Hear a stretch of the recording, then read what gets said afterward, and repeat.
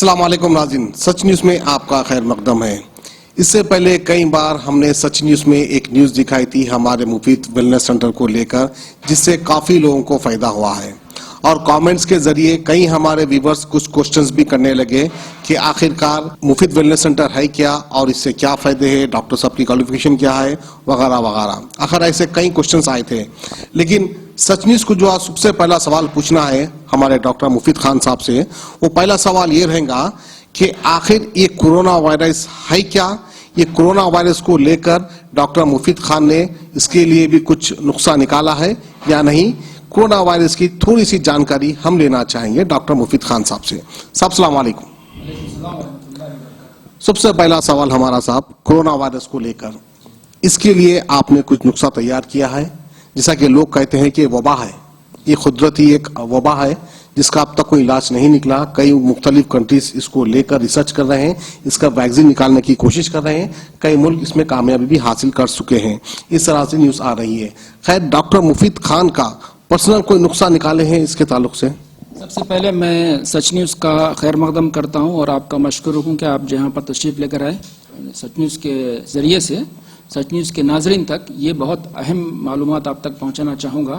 تو یہ بہت اچھا اور اہم سوال، بر وقت سوال آپ نے کیا ہے کہ کرونا کی اس وقت لیٹسٹ سچویشن کیا ہے۔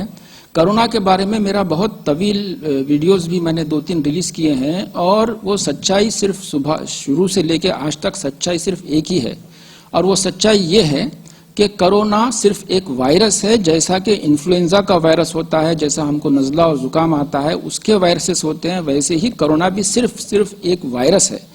اس کا علاج اور اس کے ویکسین کی تلاش میں ساری دنیا 6 مہینے سے دوڑ دھوپ میں ہے، لیکن ابھی تک سکسیسفلی کوئی ویکسین نکلی نہیں ہے، اور میں آپ کو یہ بھی بتا دوں کہ اس کی کوئی ویکسین نکل بھی نہیں سکتی، کیونکہ یہ کرونا کا جو وائرس ہے وہ اپنی شکل بدلتے رہتا ہے، وہ میوٹیٹ ہوتے رہتا ہے، یہ ایک سائنٹیفک ریالٹی ہے، اور ابھی تک کہ وہ 200 سے زیادہ مرتبہ میوٹیٹ ہو چکا ہے۔ تو جیسے جیسے آپ کوئی ویکسین ڈیولپ بھی کرو گے، جب تک کہ وہ ویکسین ڈیولپ ہو کے مارکیٹ میں آئے گی، کرونا اپنی شکل بدل دے گا، وہ میوٹیٹ ہو جائے گا۔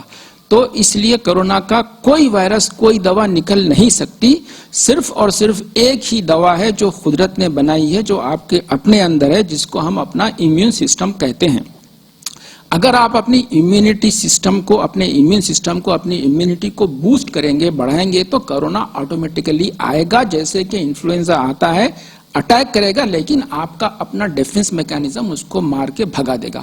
لہٰذا میری سچ نیوز کے خاص طور پہ ناظرین سے ریکویسٹ ہے کہ کرونا سے ڈرنے کی بالکل ضرورت آپ کو نہیں ہے، صرف اور صرف اپنی امیونٹی سسٹم کو بڑھائیے، جس کا نسخہ یہ ہے کہ اگر آپ 200 ملی گرام وٹامن سی روزانہ اگر اپنی ڈائٹ کا حصہ بناتے ہیں، تو آپ کی امیونٹی سسٹم اتنی اسٹرانگ ہو جائے گی کہ کرونا کا اٹیک آپ پر کچھ نہیں کر سکے گا۔